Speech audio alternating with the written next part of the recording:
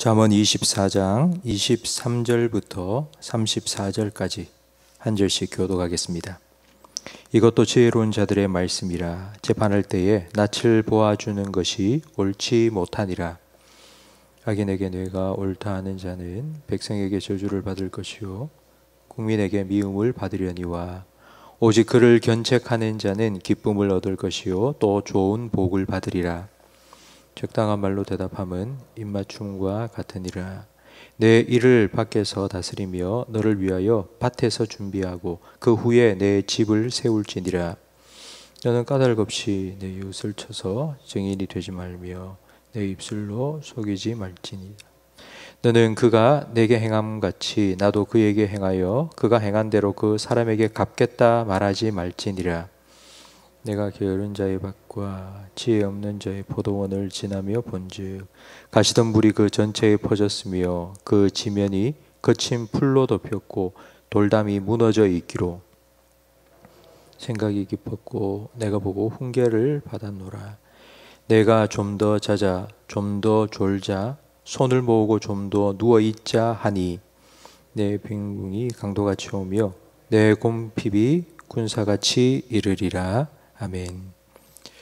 팔은 안으로 굽습니다. 자기와 가까운 사람, 친한 사람에게 더 마음이 가고 정이 간다는 뜻입니다. 이건 인지상정 당연한 것입니다. 처음 만난 사람과 통성명을 하다가 나와 똑같은 성을 가졌다는 것을 알게 되면 왠지 반갑습니다. 그리고 조금 더 이야기를 하다가 같은 고향 출신이면 이제 사촌, 육촌 된 것 같고, 또 같은 학교까지 나왔다면 갑자기 호칭이 형님, 아우로 변합니다. 근데 문제는 이런 사적인 관계를 공적 영역에까지 끌어들인다는 것입니다. 그동안 우리나라 정치의 가장 큰 문제 중에 하나가 바로 혈연, 학연, 지연에 의한 부정부패였습니다. 오늘 본문 23절 말씀에 재판할 때에 낯을 보아주는 것이 옳지 못하다고 말씀합니다. 죄를 지었는데도 내 친척이기 때문에, 내 후배이기 때문에, 내가 아는 사람이기 때문에 그냥 눈 감고 덮고 지나가는 것, 그것은 옳지 않습니다.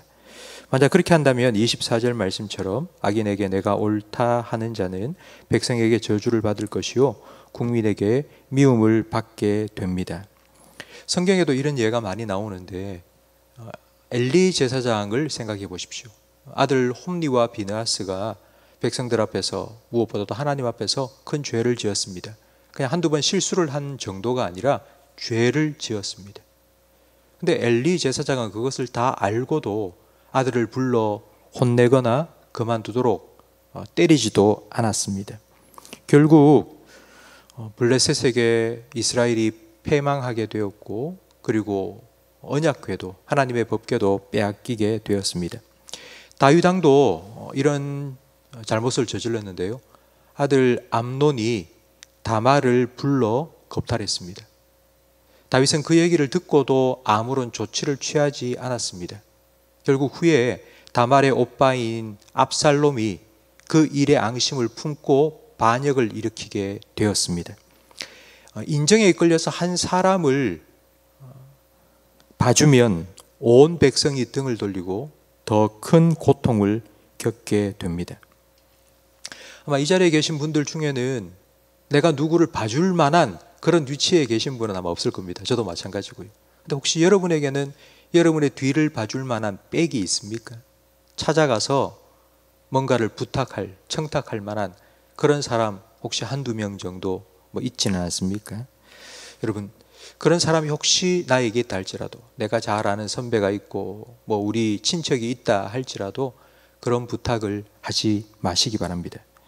혹시라도 그런 부탁을 한번 했었는데 그분이 거절했다, 어떻게 나한테 이럴 수 있어, 이런 섭섭한 마음 갖지 마시고요. 25절, 26절 말씀을 꼭 기억하십시오. 오직 그를 견책하는 자는 기쁨을 얻을 것이요 또 좋은 복을 받으리라. 적당한 말로 대답함은 입맞춤과 같으니라. 견책한다는 말은 잘못된 것을 지적하고 바로 잡아준다는 것입니다.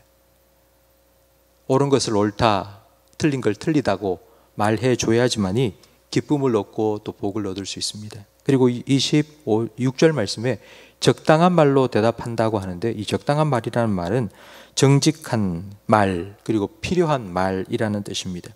이런 필요한 정직한 말을 해주는 것이 입맞춤과 같은데, 입맞춤은 좋은 관계를 의미합니다.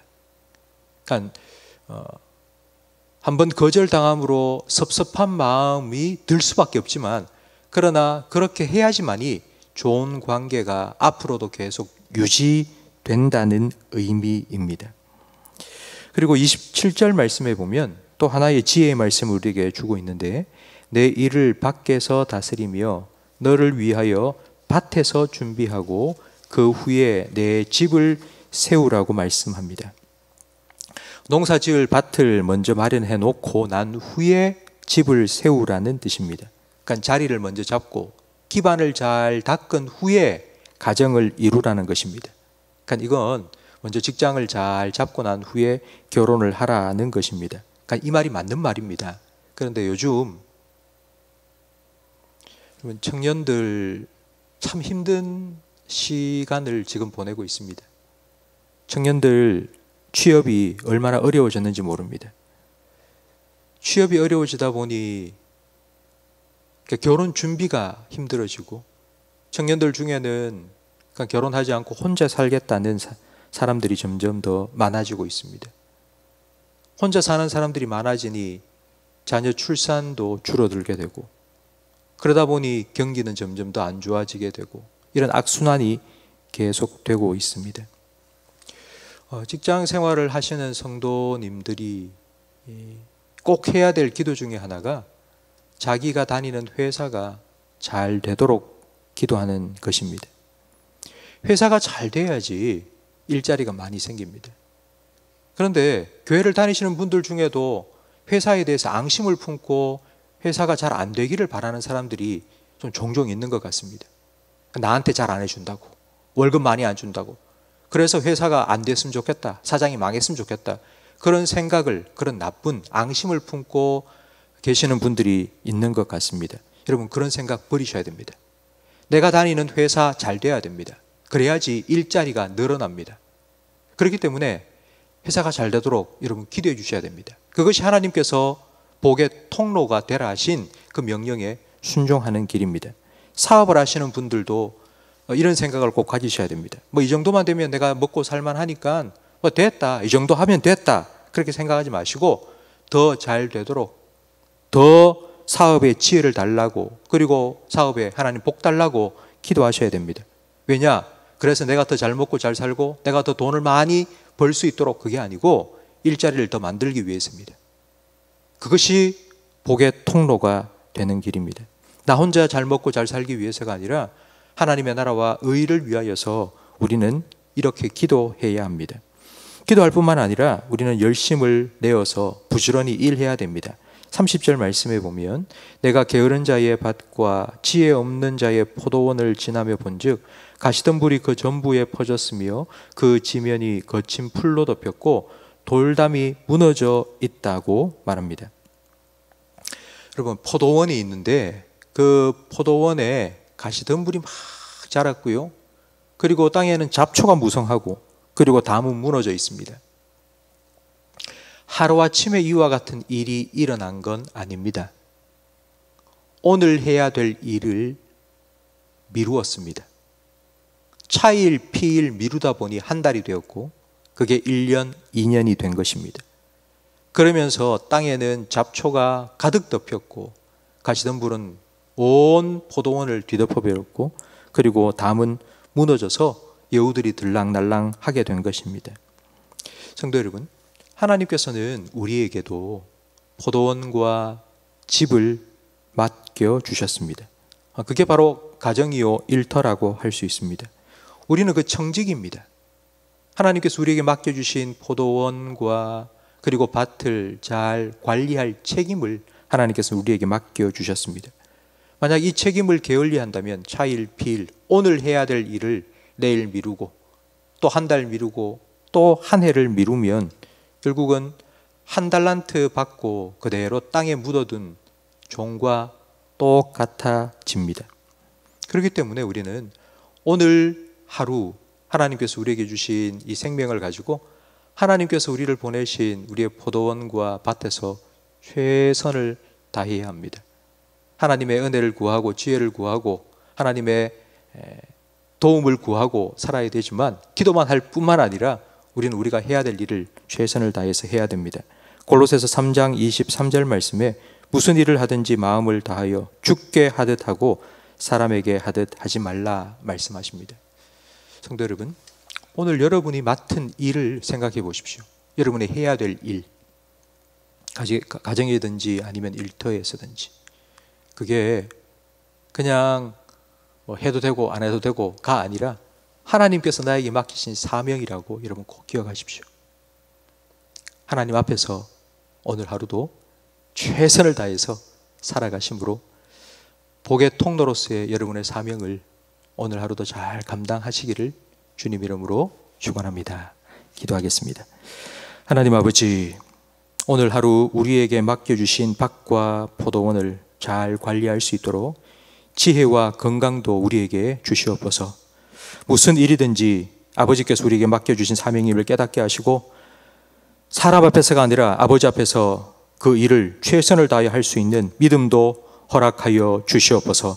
요셉과 함께 하셔서 요셉이 하는 모든 일들마다 형통케 하신 하나님 아버지, 우리 성도들과 함께하여 주시옵소서. 직장 생활을 하는 우리 성도들 통하여서 그 직장이 회사가 더 잘되게 하시며 사업을 하는 성도들이 있다면 주님께서 무성한 가지가 담을 엎듯이 하나님 번성하게 하셔서 많은 일자리가 생겨날 수 있도록 축복의 통로로 사용하여 주시옵소서.